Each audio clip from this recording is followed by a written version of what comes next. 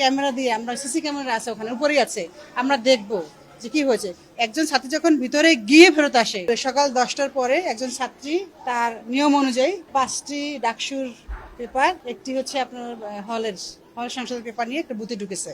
ঢোকার পরে কারণ অল্প একটু সময় পরে, সেটা টাইমিংটা এখন আমরা সিসি ক্যামেরা চেক করে দেখে বলবো 30-40 সেকেন্ডস হতে পারে বা 1 মিনিটের কম।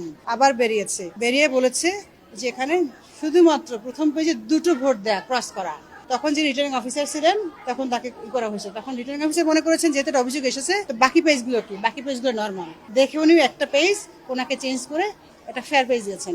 মেয়েটি ভোট দিয়ে চলে গেছেন। এর মধ্যে আমি ছিলাম রাস্তায়, মেয়েরা বলে প্রচার করছে, আমি ওখানে ছিলাম, ফোন দিয়েছি, আমি এসেছি। আসার পরে আমি আমার যে ইলেকশন কমিশন আছে ওনার সঙ্গে কথা বলেছি, করে বিষয়টা অবহিত করেছি। আমার আইসিটি সেলকে জানিয়েছি। আমরা এখন ক্যামেরা দিয়ে, আমরা সিসি ক্যামেরা আছে ওখানে উপরেই আছে, আমরা দেখব যে কি হয়েছে। একজন ছাত্রী যখন ভিতরে গিয়ে ফেরত আসে।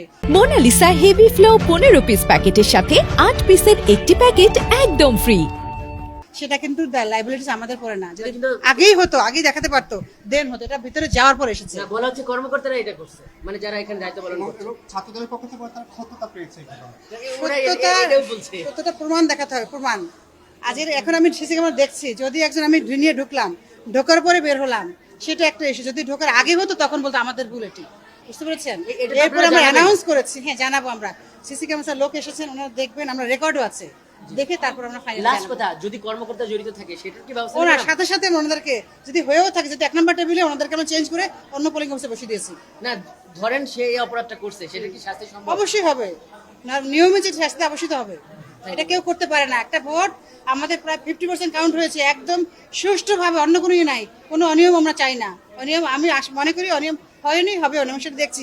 এটা কি হলো এটা আমরা দেখছি আমরা।